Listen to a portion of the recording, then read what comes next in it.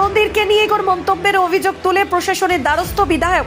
জানা গেছে আজ হুগলির আরামবাগ সাংগঠনিক বিজেপির জেলা সভাপতি বিমান ঘোষ আরামবাগ থানায় লিখিত অভিযোগ দেবেন তৃণমূলের আরামবাগ জেলা সভাপতি রামেন্দ্র সিংহ রায়ের বিরুদ্ধে।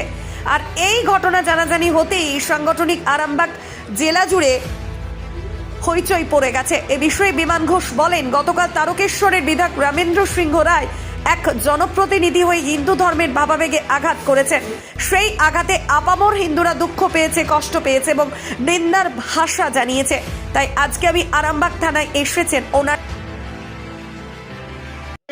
ওই যে রাম মন্দির তৈরি হয়েছে, আমি মনে করি অপবিত্র রাম মন্দিরেতে ভারতবর্ষের কোন হিন্দু যেন পূজা দিতে না যায়। ওটা একটা শপিস তৈরি হয়েছে, ওটা শুধু একটা শপিস তৈরি হয়েছে। দাদা থানায় কেন? দেখুন, গতকাল তারকেশ্বরের বিধায়ক আরামবাগ সাংগঠনিক জেলা তৃণমূলের সভাপতি শ্রী রামেন্দ্র সিংহ রায় একজন জনপ্রতিনিধি হয়ে যেইভাবে হিন্দু ধর্মের ভাবাবেগকে আঘাত করেছে, সেই আঘাতের আপামর হিন্দুরা দুঃখ পেয়েছে, কষ্ট পেয়েছে এবং নিন্দার ভাষা জানিয়েছে। রাম মন্দির নিয়ে উনি এভাবে তাচ্ছিল্য করেছেন, কুৎসা রুকিয়েছেন রাম মন্দিরের বিষয় নিয়ে, এক কথায় নিন্দাজনক এবং এটা একটা হিন্দু ধর্মের ভাবাবেগকে আঘাত দেওয়ার জন্য যথেষ্ট। তাই আজকে আমি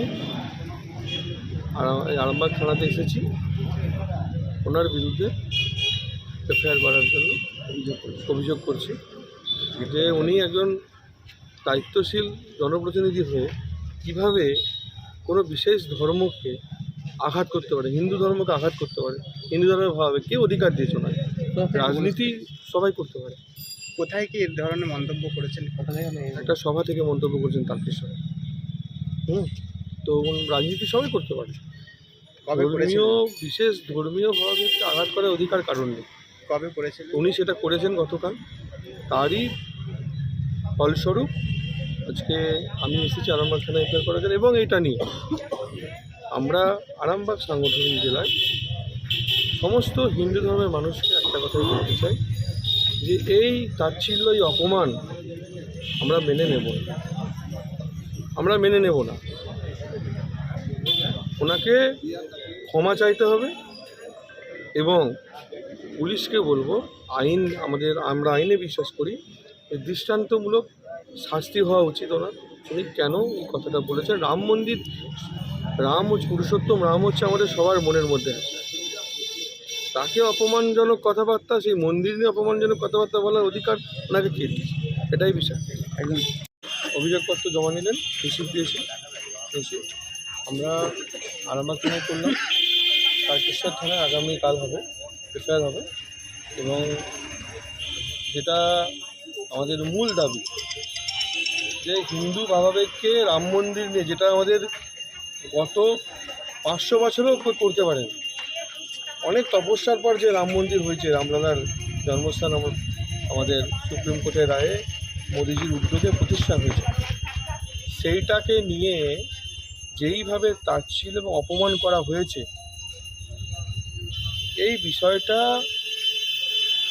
স্থানীয় প্রশাসনকে জানিয়ে দিলাম এবং আমাদের এই বিষয় নিয়ে রাস্তায় নেমে আন্দোলনও হবে। যে হিন্দু ধর্মীয় ভাবাবেগকে আঘাত করার কারণটা কেন করলে, কে অধিকার দিয়েছে করার জন্য? রাজনীতি করতে পারতেন না। এই বিষয়গুলো আছে, আগামী দিনে এটা নিয়ে আমরা রাস্তাতেও নাম। আরামবাগ মতিলাল টেলিশপ ও স্যামসাং সার্ভিস সেন্টার, অনলাইন বা যে কোনো দোকানের থেকে সস্তা।